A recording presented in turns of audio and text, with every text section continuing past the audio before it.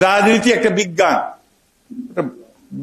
বিষয়টার নামই হচ্ছে পলিটিক্যাল সায়েন্স, রাষ্ট্রবিজ্ঞান। এই রাষ্ট্রবিজ্ঞানের সবগুলো কাজ আমাদেরকে করতে হবে বিজ্ঞানসম্মত ভাবে। এই বিজ্ঞানসম্মত ভাবেই আজকে আমাদেরকে এগিয়ে যেতে হবে। এরা পচে গেছে, দুর্গন্ধযুক্ত হয়ে গেছে, একেবারে দুর্গন্ধযুক্ত। যতই মুখে কথা বলুক, যাই কথা বলুক, আসলে তো এদের কোনো অস্তিত্ব নাই। তার প্রমাণ এক এক করে হচ্ছে আজকে সব জায়গায়। ওই যে আমি একটা গল্প বলি মাঝে মাঝে, হালকা গল্প। এটা হচ্ছে যে আপনার যে এক লোক জীবন যুদ্ধে পরাজিত, সে আপনার আত্মহত্যা করে বলে সিদ্ধান্ত নিয়ে নদীর পাড়ে, উঁচু নদীর পাড়ে গেছে, ওখান থেকে ঝাঁপ দিয়ে খরস্রোতা নদী সে মারা যাবে ডিসাইড করছে, আত্মহত্যা করেছে। ছেলে বউ সবাই তার উপর বিরক্ত, সে কিছু করতে পারে না, আয় করতে পারে না, রোজগার করতে পারে না, খাওয়াতে পারে না। লাভ দিতে যাবে, ওই সময় আজরাইল থেকে টেনে ধরছে, পিছন দিয়ে কলার টান ধরছে, যে কি করো তুমি?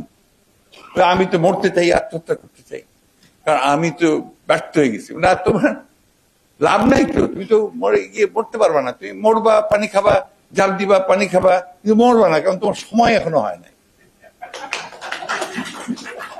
আল্লাহ তোমার সেই টাইম এখন লেখে নাই।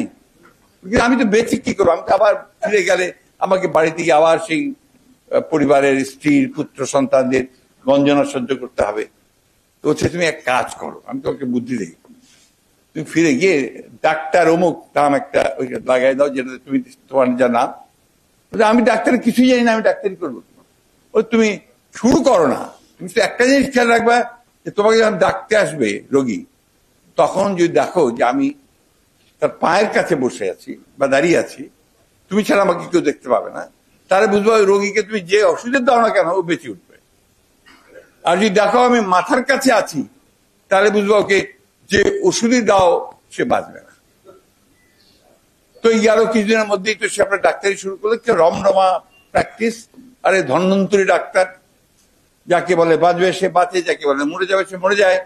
সুতরাং তারপর কিছুদিনের মধ্যে বাড়ি ইত্যাদি গাড়ি সব হয়ে গেল।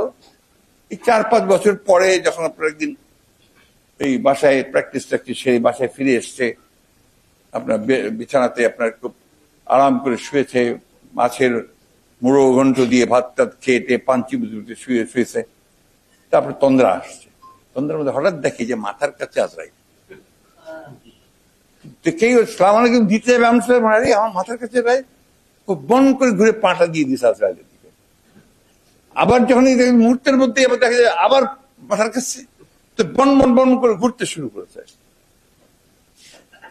তখন আজরাইল বলছেন, তোমার এই বন বন করে ঘুরে আর কোনো লাভ নাই, তোমার সময় হয়ে গেছে।